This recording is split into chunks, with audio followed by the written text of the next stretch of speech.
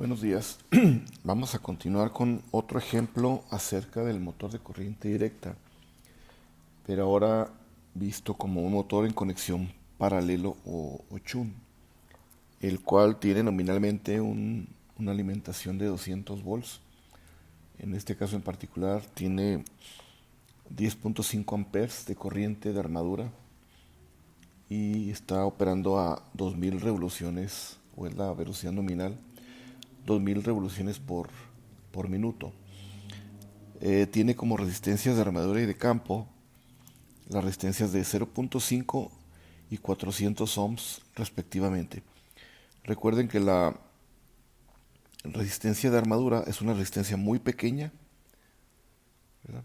Porque es el devanado que conduce la corriente nominal de armadura, y toda la corriente que pasa por ese devanado, pues su resistencia de armadura opone muy poca resistencia, entonces tiene un valor muy bajo, mientras que la resistencia de campo es un devanado con un calibre diferente, ¿verdad? Es muy delgado y tiene una resistencia muy alta, es decir, tiene una resistencia de 400 ohms, la resistencia de campo, y es la que produce el devanado de campo, la corriente de campo, y por consecuencia el flujo del campo. El motor acciona una carga cuyo par es constante al par nominal del motor. Y en este ejemplo lo que se pide es calcular la velocidad del motor cuando su voltaje cae de los 200, cae a 175 volts. Entonces, el problema básicamente, pues es recordar aquí la conexión paralelo que tenemos en el motor. Tenemos el devanado de armadura compuesto por la resistencia, la inductancia y la fuerza contraelectromotriz. Y en paralelo vamos a tener el devanado de campo, ¿verdad? Que está compuesto por su resistencia de campo, su inductancia de campo, y la conexión shunt significa que la armadura está en paralelo con el campo. Y solamente con un voltaje en terminales es suficiente para alimentar a este motor en esa configuración. Nuestra resistencia de armadura, la inductancia de armadura y la fuerza contraelectromotriz definida como eje. De tal manera que la corriente de campo que lo alimenta el voltaje de un VT, ¿verdad? Voltaje en terminales, que va a ser el voltaje a través de la armadura. Produce aquí la corriente de campo, la IF. Y esa IF, a través de su devanado, nos produce el respectivo flujo Φ-F, ¿verdad? Para accionar junto con o interaccionar con el flujo de la armadura. Y por otro lado, la corriente de armadura, pues es la que atraviesa a través del devanado de armadura. Entonces la solución del problema para llegar a la velocidad es determinar las relaciones que existen entre el campo, la corriente de campo y la corriente de armadura con respecto a la velocidad que tiene el motor. Entonces el motor aquí va a tener una determinada velocidad. Inicialmente en 200, no, perdón, en 2000 revoluciones por minuto, y se pide que al voltaje con el que se alimenta, que son los 200, se determine la velocidad a la que va a caer cuando este voltaje se disminuye a 175 volts. Entonces el flujo para los 200 volts, cuando aquí alimentamos 200 volts, vamos a tener determinado flujo Φ-F. Entonces decimos si el flujo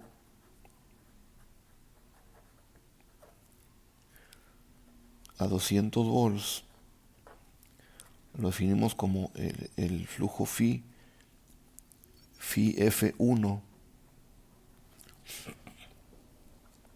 Entonces el flujo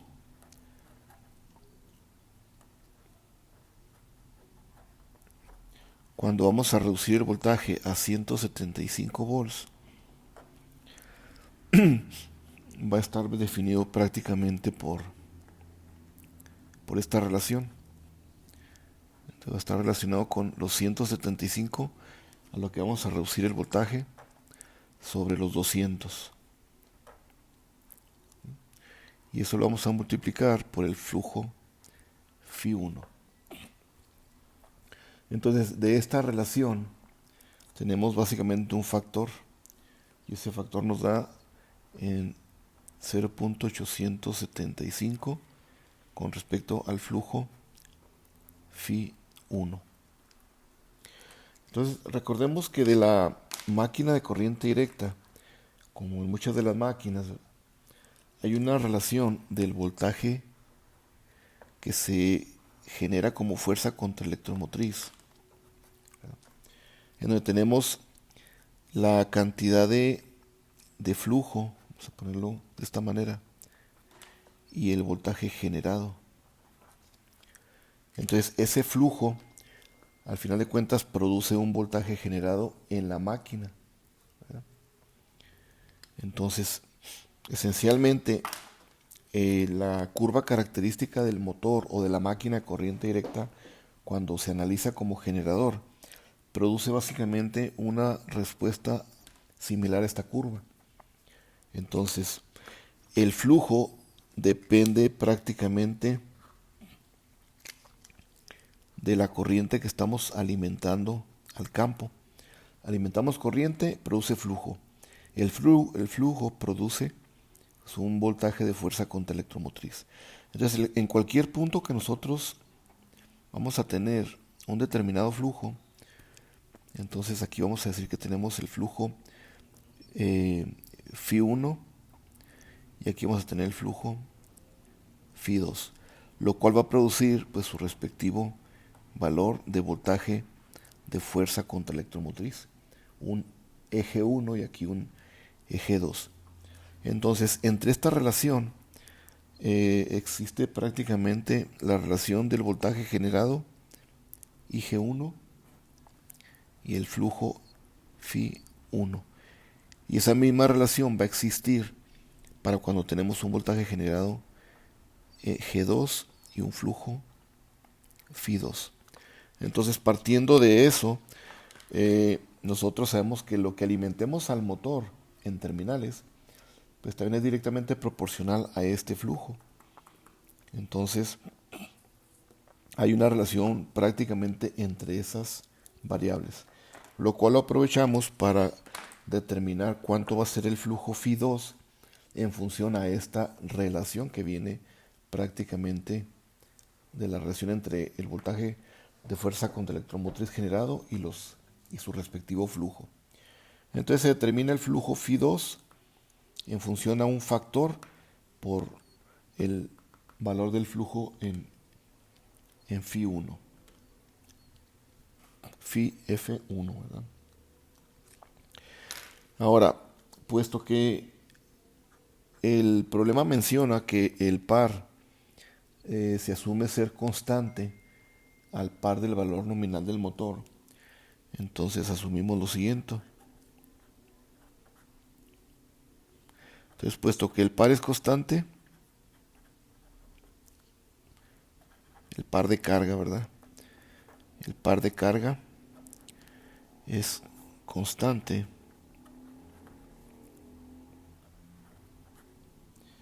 Entonces podemos determinar, recuerden que el par de carga, vamos a ponerlo por aquí, ¿verdad? Que tenemos aquí. El par básicamente que debe desarrollar el motor y va a ser igual a la carga. Es igual a una constante al flujo y a la corriente de armadura. Es básicamente una característica propiamente como el principio básico mecánico del motor de corriente directa.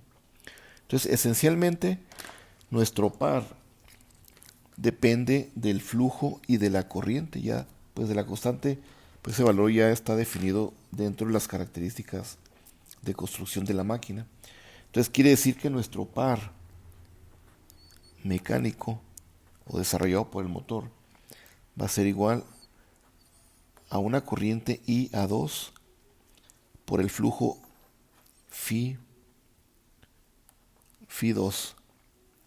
Y ese mismo, si lo asumimos que es constante para cualquier caso, pues va a ser también igual a la corriente IA1 de armadura en las condiciones que tenemos iniciales a 2000 revoluciones y a 200 volts. Y este va a corresponder, para mantenerse como un par constante, una corriente IA1 por un flujo Φ1. Entonces lo que andamos buscando es desglosar la cantidad de corriente de armadura en la segunda condición, es decir, cuando va a bajar a los 175 volts de alimentación a las terminales del motor. Entonces despejamos la corriente IA2 y nos queda también como una relación de un factor, el flujo Φ1 con respecto al flujo Φ2. Y eso va a multiplicar pues a la corriente IA1, ¿verdad? Entonces va a haber una relación entre estos cuatro parámetros, asumiendo que nuestro par es constante.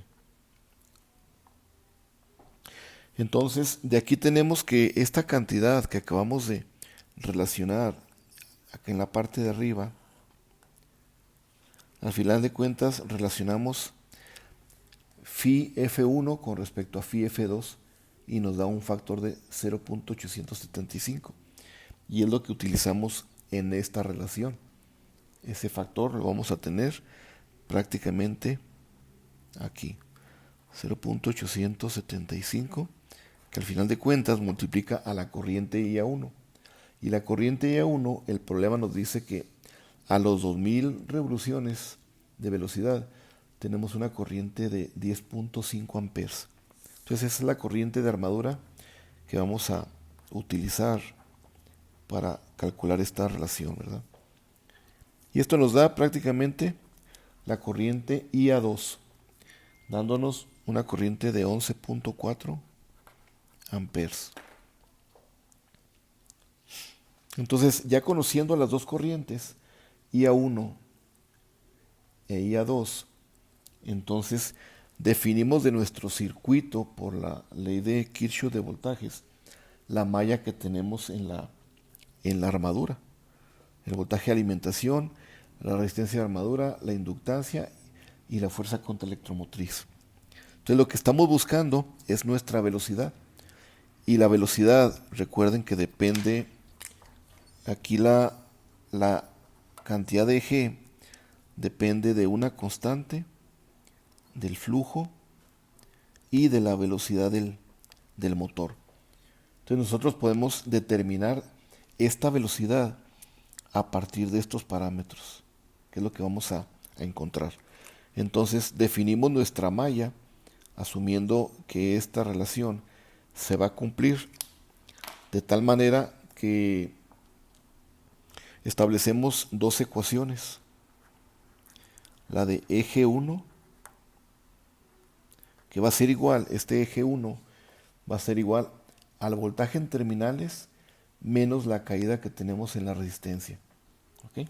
Entonces eso lo determinamos de la siguiente manera. Eje 1 va a ser igual a BA1 menos la caída en la resistencia cuando la corriente corresponde a la corriente nominal de IA1 por el valor de la resistencia. ¿Okay? Entonces aquí determinamos básicamente mi voltaje BA1 inicial son 200 volts menos los 10.5 que nos da el problema por la resistencia de armadura, que son medio ohm. ¿Okay? Entonces esto nos da un voltaje en eje 1 igual a 195 volts. ¿Okay? Y lo mismo hacemos para el eje 2. Cuando este estaba funcionando a 2000 revoluciones, el eje 1 corresponde a 195 volts. Ahora, para cuando vamos a reducir 25 volts en terminales, vamos a encontrar el nuevo valor de eje 1. Entonces usamos exactamente la misma malla de la armadura, donde, perdón, este es G2. Este va a ser el voltaje de armadura 2 menos IA2 para la otra corriente y por la misma resistencia de armadura.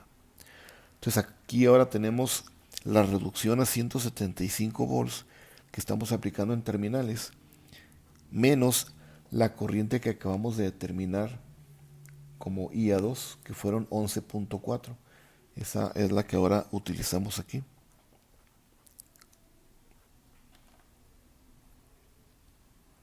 Por la resistencia.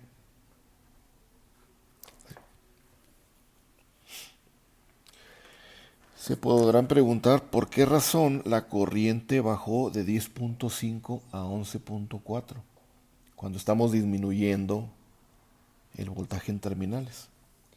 Entonces la corriente aumenta porque estamos asumiendo que nuestro par es constante. Entonces, para mantener el par constante, la corriente tuvo que aumentarse cuando hay una reducción del voltaje en terminales.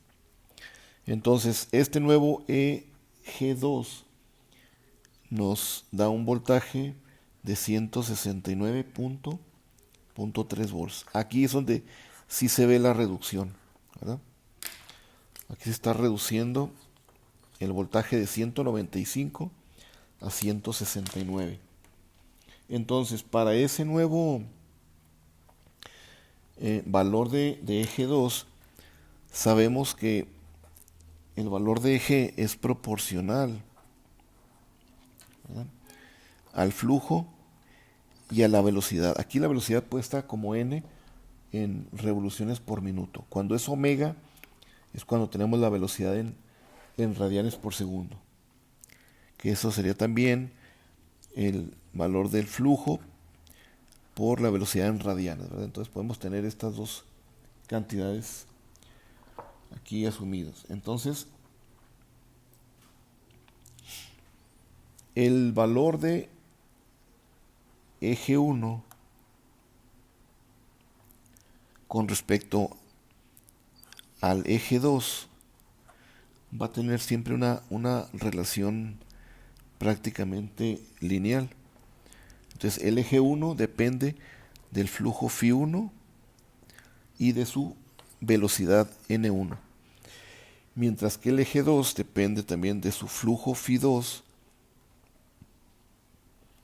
por una velocidad en revoluciones por minuto.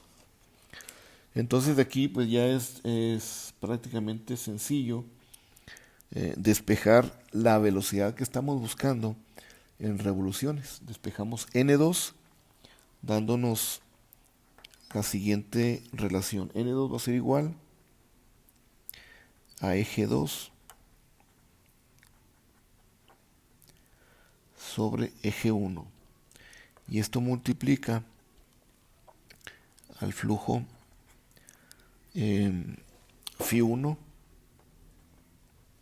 por el flujo φ2. Y finalmente multiplica a la velocidad de referencia, que es la velocidad inicial con la que partimos, que son los 2000 RPM. Entonces aquí simplemente sustituimos los valores determinados de tensión, que son los 169.3 volts, contra los 195. ¿Sí? Y eso lo multiplicamos por el factor entre los flujos, que fue 1 sobre 0.875, y esto nos multiplica a la velocidad de los 2000 RPM. Y finalmente tenemos pues la velocidad determinada con este cálculo, dándonos una velocidad de 1984.5 revoluciones por minuto, ¿verdad? Entonces claramente es lógico, ¿verdad? Ver que si estamos reduciendo nuestro voltaje en terminales, vamos a disminuir la velocidad de la máquina, porque esta velocidad va directamente relacionada con el voltaje de la armadura. Entonces, de tener 2000 revoluciones por minuto del problema, se reduce a 1984 revoluciones por minuto, que esto reduce pues prácticamente de 1984.5, se reduce pues menos del 1%, ¿verdad? Es 0.7%. Entonces es una muy baja reducción. Y recordemos que este motor en conexión Chun tiene una muy buena regulación de velocidad, ¿verdad? Entonces, aunque bajemos ligeramente la tensión en la armadura, la velocidad se mantiene casi en el mismo valor nominal, ¿verdad? Y eso que se tiene que mantener el par constante en la carga para que sean los mismos, la misma condición de par constante, ¿verdad? Como aquí se definió. Muy bien, con esto terminamos este ejemplo. Enseguida voy a colocar otro video relacionado ya al tema que corresponde al troceador. Vamos a ver uno de los primeros troceadores que vamos a revisar.